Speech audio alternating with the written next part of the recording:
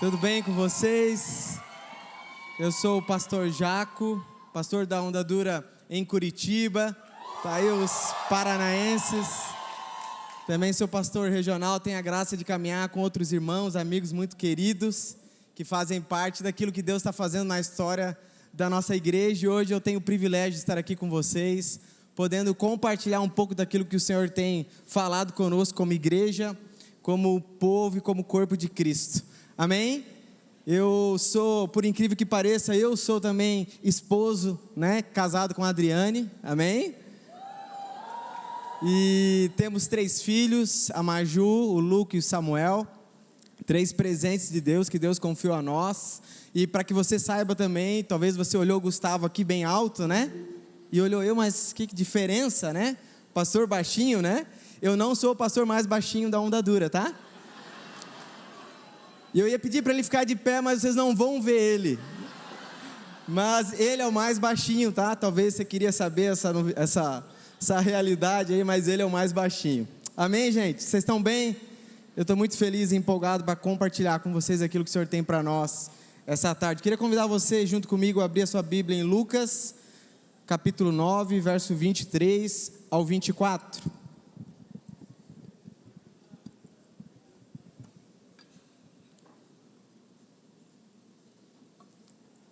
Eu vou falar sobre o custo do discipulado e a recompensa do discipulado.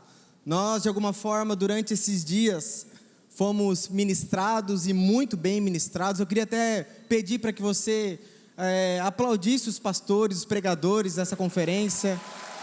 Glória a Deus. Na verdade, gente, eu não sei vocês, é óbvio, eu sou da casa, mas que privilégio nós temos com os nossos pastores e pregadores.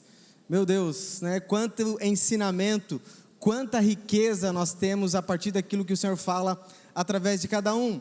E nós fomos então introduzidos e ministrados acerca do custo do discipulado, o preço que é seguir a Jesus. E de fato existe um custo, existe algo a se pagar para segui-lo. E o texto então presente aqui, ele diz assim: se alguém quer ser meu seguidor, que esqueça os seus próprios interesses. Eu estou usando aqui a versão NTLH, que ela conseguiu de alguma forma comunicar um pouco melhor para mim. Se alguém quer ser meu seguidor, que esqueça os seus próprios interesses, esteja pronto cada dia para morrer, como eu vou morrer, e me acompanhe. Pois quem põe os seus próprios interesses em primeiro lugar, nunca terá a vida verdadeira. Mas quem esquece a si mesmo, por minha causa, terá a vida verdadeira. Você pode repetir isso comigo? Mas quem esquece a si mesmo, por minha causa, terá a vida verdadeira. É interessante porque nós, em grande parte, já ouvimos isso diariamente. Mas ainda que isso não seja uma novidade, existe uma grande verdade que também está sendo pregada nos nossos dias, que é um pseudo-evangelho, onde de alguma forma tem influenciado a nossa cultura, a nossa forma de pensar, a nossa forma de viver, de que a vida cristã, ela é um adereço, algo que eu acrescento, algo que eu posso então agora vivenciar para que eu tenha uma vida um pouco melhor, como se fosse um estilo de vida. Não tem pessoas que começam a andar de bicicleta? Já viu que tem uma febre de gente andando de bicicleta? A minha época de andar de bicicleta era para ir trabalhar, né? Hoje as pessoas andam como um hobby, como um esporte, e muitos de alguma forma também têm colocado o evangelho, a fé cristã nesse lugar, como se fosse mais algo acrescentando na sua vida, como se fosse um nicho cultural que nós podemos adquirir na nossa caminhada para sermos pessoas melhores e fazermos a diferença no mundo, recebendo bênçãos, recebendo proteção. diminuindo por completo o que Jesus vem falar e nos ensinar acerca do Evangelho. Faz sentido? Amém? Diminuindo, vivemos então isso, centralizado no homem, onde existe uma promessa de que por nós estarmos nele, ou de alguma forma vivermos uma realidade religiosa, vamos ter benefícios, privilégios, proteções. E por que muitos ensinam isso? Porque existe esse ensinamento. Se existe esse ensinamento, é porque existem pessoas que também querem aderir a esse ensinamento. E eles ensinam isso porque eles acreditam que quando eu prometo, quando eu dou às pessoas favores, assim então elas vão ser seguidoras de Jesus.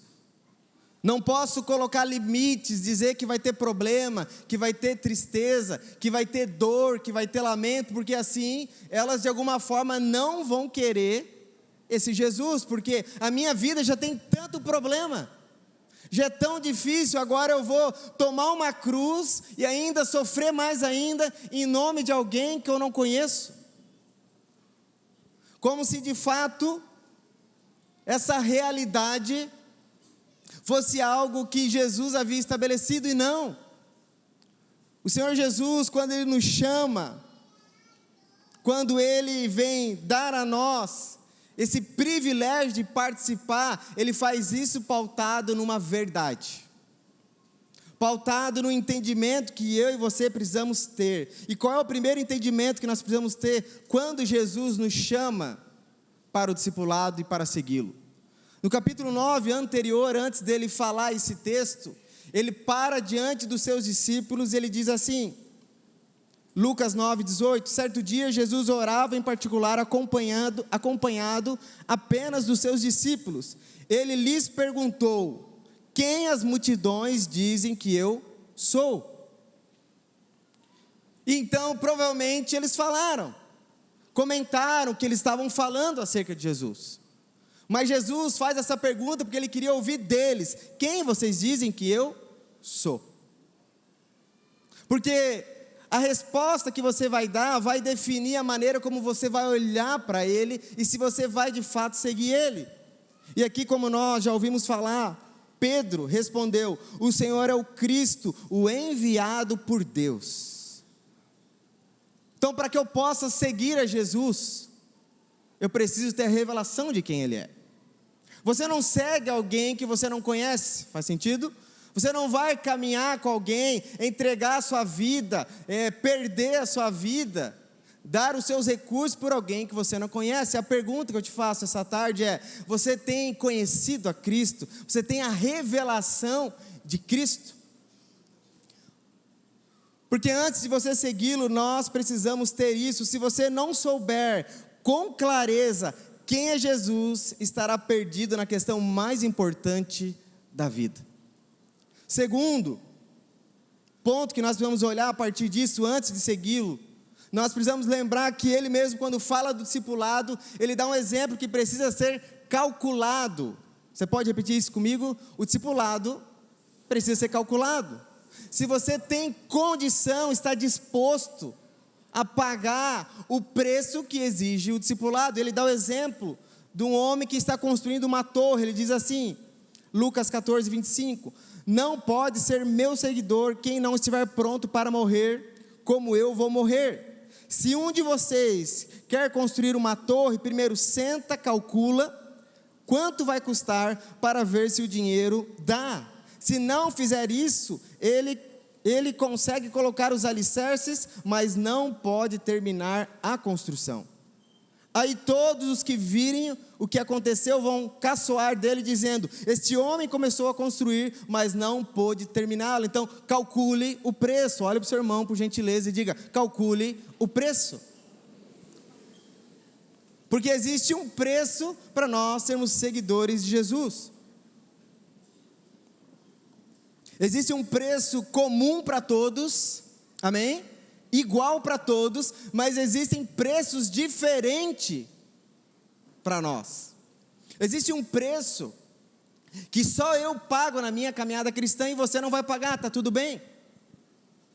Por exemplo, eu tenho um preço de ser botafoguense. Amém? Tem botafoguense aí na casa? Cortaram o microfone? Tem botafoguense aí? Se meus filhos estivessem aqui, tinha mais 3. Meu Deus, achei que com um ambiente maior ia ter mais impacto. Oremos. Mas esse é o preço, amém? Esse é o preço de ser botafoguense. Então o preço é diferente para cada um tem um preço a ser pago, mas nós precisamos calcular por quê? Porque seguir a Jesus vai implicar completamente em toda a nossa história, valores, planos, família e amigos. Não tem como. A procura de Jesus, nós ouvimos isso, não era por pessoas que iam caminhar junto com Ele para receber os benefícios dele. A procura de Jesus era por comprometimento. Não meramente números, não que Deus não queira alcançar o máximo, mas Ele não está preocupado com números. Seguir a Jesus é renunciar todo o caminho, e os outros caminhos eles passam a não existir mais. Você já teve essa tomada de decisão, onde você só tem um caminho agora, que é Ele. E são palavras duras, porque quando o povo ouve isso, não sei se você lembra, a palavra diz que eles ouvindo aquilo, eles falam: difícil e duro são as suas palavras. Porque de fato, era um preço alto a ser pago. E aquele povo, quando ouve aquilo, fala: difícil, porque é um preço alto. Mas, como nós sabemos, Pedro, quando olhando para isso e questionado, porque Jesus olha para os discípulos e fala: e vocês? E aí, vocês estão dispostos? E aí Pedro, lembra, ele olha para o Senhor e diz: para onde eu irei, se só tu tens a palavra de vida eterna? Você pode dar um aleluia, um glória a Deus? Para onde nós iremos, ei? Qual é o caminho que nós vamos trilhar, se só Ele tem palavra de vida eterna? É interessante porque pessoas por vezes vêm: pastor, como é para você, para sua esposa, abandonar a sua cidade, abandonar Joinville, abandonar os seus planos, para então viver para a igreja? Foi difícil? Como é isso para vocês? As pessoas perguntam isso. E sabe o que eu sempre falo? Meu irmão, abandonar o quê? Que vida que eu tinha? Que realização que eu tinha? Eu nunca encontrei realização se não fosse vivendo para Ele. Eu não tinha vida. Ainda que existe um preço, mas eu olho para aquilo e falo: meu irmão, o que eu vivo hoje é incomparável. Eu jamais poderia pagar para viver o que eu vivo. Porque não tem outro caminho. Eu vou voltar a fazer o quê? De rave para rave, de namorada para namorada, de uma balada para outra. Não existe outro caminho, porque só Ele tem palavras de vida eterna. Amém? Você pode falar para o seu irmão: só Ele tem palavra de vida eterna. Agora, o que eu quero concluir conosco e levar você a perceber que o que? Repita comigo: a cruz não é o fim. Gente, você precisa entender isso. Porque existe um preço, mas tudo que eu pago tem o quê? Repita comigo: recompensa. Existe um preço alto para você talvez ter um carro bom, um carro com motor forte, mas tem uma recompensa.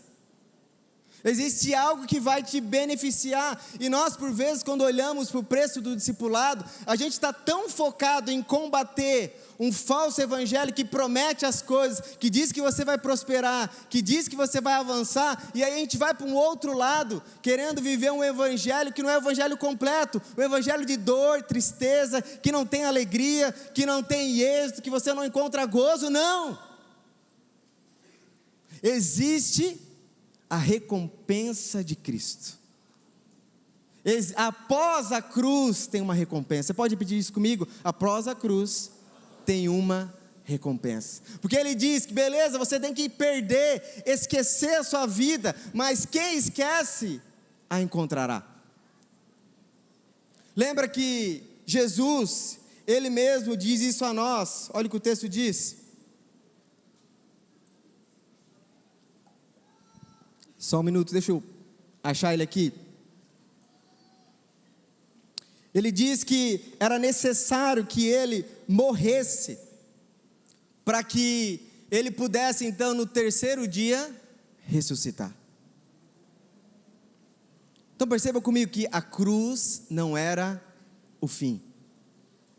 A cruz é um meio para que eu e você, através dela, possamos acessar aquilo que de fato Ele tem para nós.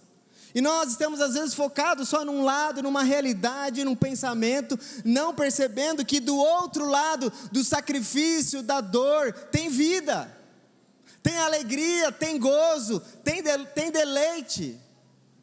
Ou em inglês, no pain, no gain, né? Como que se fala isso? É isso? Sem dor, sem ganho. Existe um ganho. Existe uma promessa para aqueles que se sacrificam, para aqueles que morreram para si mesmo. Você pode olhar para o seu irmão e dizer isso. Existe uma promessa de recompensa. Existe algo separado para você. E a gente por vezes não quer falar isso, porque não, pastor, mas é dor, é sofrimento. Não, o Evangelho tem uma promessa. Uma promessa de vida abundante. Existe algo após a cruz. A cruz não é o seu destino final. Ela é o caminho para o seu destino final. Lembra que para que Cristo pudesse obter a coroa de glória, Ele teve que passar pela cruz. Ele teve que se humilhar, e da mesma forma, quando nós vivemos dessa forma, nós começamos a experimentar e entender que existe algo do Senhor, existe uma recompensa. Talvez você está olhando para tudo aquilo que nós estamos ouvindo, falando, meu Deus, a vida cristã é só dor, é só problema. Sim, também, né? Mas existe algo especial, que o apóstolo Paulo vai falar para nós em 1 Coríntios 2,9, olha o que ele diz. É isso que as escrituras se referiam quando diziam, olho nenhum viu, ouvido nenhum ouviu, mente nenhuma imaginou o que Deus preparou para aqueles que o amam. É uma verdade que nós podemos entender que existe uma promessa de Deus para nós, amém? Você pode dar um glória a Deus? Isso é bíblico. Ou você quer viver a vida toda em dor, sofrimento e tristeza? Não é um triunfalismo que nós estamos pregando, é a verdade bíblica, que existe uma recompensa eterna. Olha que interessante, porque Pedro, sendo Pedro, ele faz boas perguntas ao mesmo tempo. Olha o que ele diz. Então Pedro disse, deixamos tudo para segui-lo. Qual será a nossa recompensa? Talvez você olhe para isso e fale, poxa, mas Pedro, né, não se liga.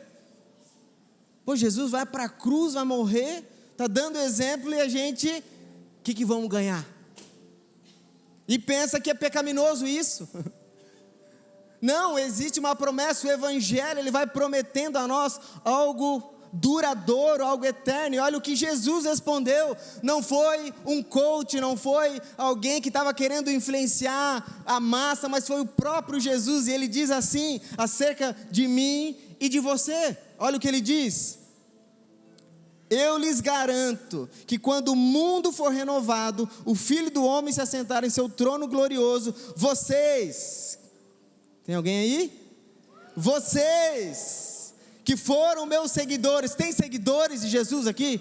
Tem discípulos? Essa mensagem, essa palavra é para você. Vocês que foram meus seguidores, também se assentarão em 12 tronos, para julgar as 12 tribos de Israel, e todos que tiverem deixado casa. Quem já deixou a sua casa?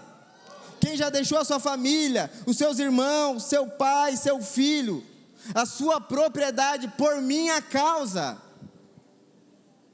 receberão em troca 100 vezes mais, e herdarão a vida eterna. Você pode dar um glória a Deus, gente? Vocês não creem nisso? A gente deve se alegrar, porque de fato há uma promessa após a cruz, e nós vamos caminhar para isso. caminhar para esse lugar. E eu digo que quantos de nós já tem usufruído de muitas promessas hoje? Quem aqui encontrou uma família na sua comunidade local? Irmãos, eu tenho uma irmã, mas agora eu tenho vários irmãos. Paranaense, pé vermelho. Eu tenho irmãos de São Paulo, amém? Irmãos de Santa Catarina. Deus deu a nós novos irmãos, nós recebemos essa recompensa, nós temos a alegria. Por fim, existe uma palavra em Apocalipse que diz que aquele que é vitorioso, vencedor. E essa palavra no original grego, ela se refere àqueles que permaneceram firmes na sua fé até a morte, diante do poder dos seus inimigos, tentações e perseguições. Então o vitorioso, vencedor, ele tem esse significado de que é aquele que é um discípulo. Porque quem permanece até o fim, repita comigo, discípulo. Discípulo permanece até o fim. Mesmo com dor, mesmo sofrendo, ele não para. E olha as promessas que Deus faz a nós. Olha o que ele diz: quem tem ouvido para ouvir, ouça o que o Espírito diz às igrejas. Quem for vitorioso não sofrerá o dano da segunda morte, amém? Quem tem ouvidos para ouvir, ouça o que o Espírito diz às igrejas. Ao vitorioso, vamos mudar a palavra, ao discípulo, darei do maná escondido, também lhe darei uma pedra branca, e nela estará gravado um novo nome, que ninguém conhece a não ser aquele que o recebe. Apocalipse 2,17, Apocalipse 2,26, ao vitorioso, ao discípulo de Jesus, que me obedecer até o fim, eu darei autoridade sobre as nações. Apocalipse 3,5, o vitorioso será vestido de branco, o discípulo será vestido de branco, jamais apagarei o seu nome do livro da vida, e confirmarei diante do meu Pai e dos seus anjos que ele me pertence. Último texto, Apocalipse 3,12, o discípulo se tornará coluna do templo do meu Deus. É Jesus falando isso, gente, acerca de nós, da promessa que nós temos a partir da nossa morte. De onde jamais sairá, escreverei nele o nome do meu Deus, e ele será cidadão da cidade do meu Deus, a nova Jerusalém que desce do céu, da parte do meu Deus. Eu também escreverei nele o meu novo nome. Nós precisamos entender que existe um outro lado após a cruz, uma recompensa. Talvez, pastor, eu perdi amigos, mas você vai ganhar irmãos. Pastor, eu perdi a minha família, mas você vai ganhar uma família muito maior, uma família eterna. Talvez você tenha sofrido dores, talvez a sua saúde está sendo prejudicada, a sua carreira profissional, mas há uma recompensa para aqueles que permanecerem. O apóstolo Paulo diz em 1 Coríntios capítulo 15, verso 58, portanto, meus amados irmãos, sejam fortes e firmes. Olha para o seu irmão, por gentileza, e diga: seja forte e firme. Trabalhem sempre para o Senhor com entusiasmo. A vida cristã tem luta, tem dor, tem sofrimento, mas temos que trabalhar com entusiasmo, porque é uma recompensa. E o que ele diz, olha só, concluindo: pois vocês sabem, olha só, isso é uma convicção do apóstolo Paulo, não é uma possibilidade, pois vocês sabem que nada do que fazem para o Senhor é inútil. E aí, tudo bem? Você acabou de ouvir uma mensagem poderosa e transformadora. E para você não perder nada, se inscreva no canal, ative o sininho, porque sempre quando nós entrarmos ao vivo, você vai receber uma notificação para não ficar de fora. E eu tenho algo para você, eu vou deixar aqui 2 indicações, então já clica e continue recebendo mais de Deus. Um abraço e até a próxima.